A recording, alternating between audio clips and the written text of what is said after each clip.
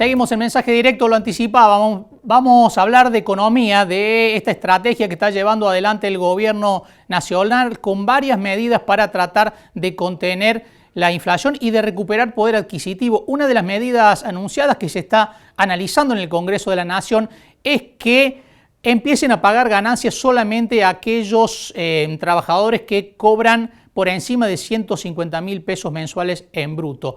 Para analizar el panorama económico y lo que está haciendo el gobierno, estamos en comunicación con el economista cordobés José Simonella. ¿Qué tal, José? Buen mediodía, ¿cómo estás? ¿Qué tal? Buen mediodía, un gusto estar con ustedes.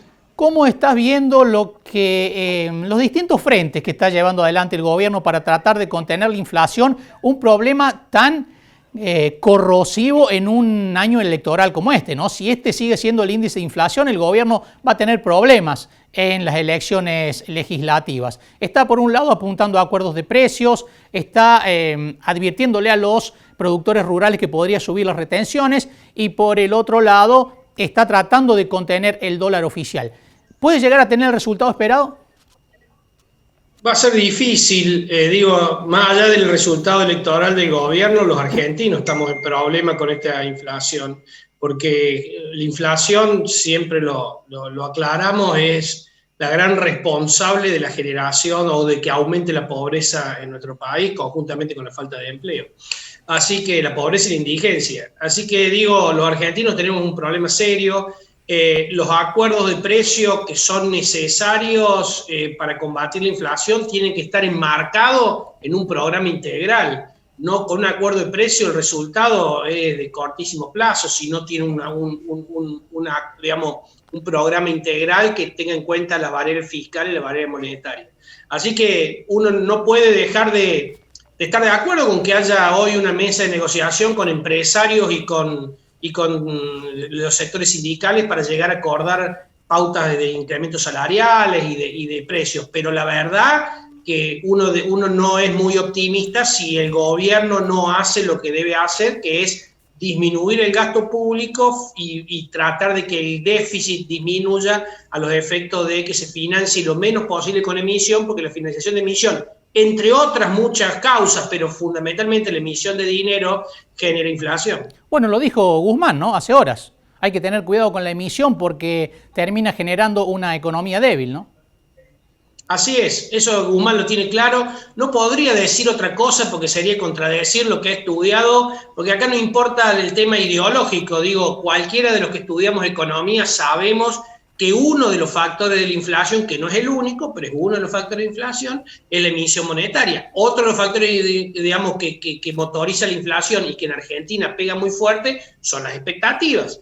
Y las expectativas en Argentina están ligadas directamente a qué hace el gobierno de acá en adelante, qué plan presenta, qué credibilidad tiene ese plan, qué posibilidad de resultado va a tener, etcétera, etcétera. Así que, y otra de la parte, lo que integra o de los factores que generan inflación son las pujas distributivas.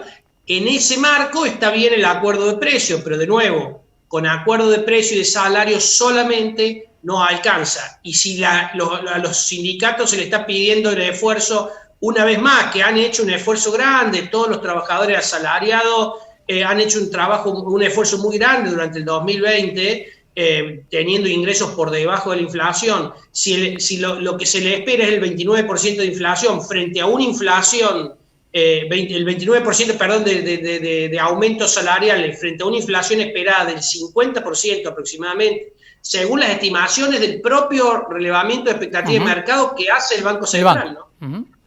José, en este marco, este proyecto que apunta a que menos trabajadores pagan ganancias, que solamente queden incluidos aquellos que ganan más de 150.000 pesos en bruto, ¿puede servir para dinamizar la economía? Esta gente va a tener más plata en el bolsillo y va a poder destinarlo a tratar de reactivar el consumo y la actividad. Seguramente que sí. Para aquellos que ganan hasta 150.000 es una muy buena noticia. Y claramente lo que está tratando de hacer, y así lo dice en el fundamento del proyecto que elevó Massa, es tratar de volver a la relación de que los trabajadores en relación de dependencia, tanto del sector público como del sector privado, aproximadamente el 10% paga impuesto a las ganancias y no como es hoy, que es casi el 26% que paga impuesto a las ganancias. Es decir, hoy la foto, cada 4 trabajadores, 1 paga impuesto a las ganancias, cuando en realidad, históricamente, no históricamente, pero si uno toma del 2003 al 2011 aproximadamente, ese número estaba entre el 9, 10, 11%, nunca pasó de eso. Salvo allá en el 2013, que fue el porcentaje más elevado, donde casi el 30%, 29% de los trabajadores pagaban impuestos a las ganancias.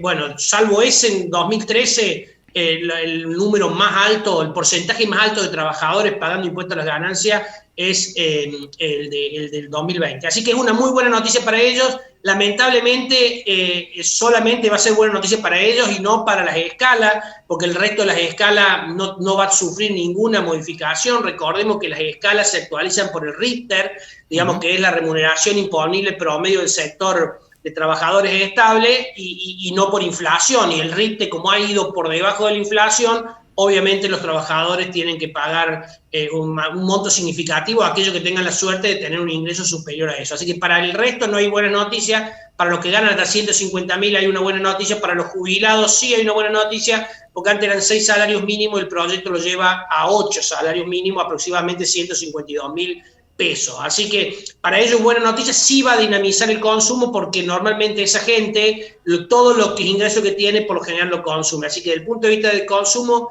va a ser una buena noticia, desde el punto de vista de los trabajadores una buena noticia. Lo que no hay que descartar es que esta buena noticia va a durar un tiempo. Primero, que no gasten, porque todavía no está. Esto, a partir de que se apruebe, va a tener vigencia del mes siguiente, digamos, no va a ser retroactivo, con lo cual no gasten la cuenta.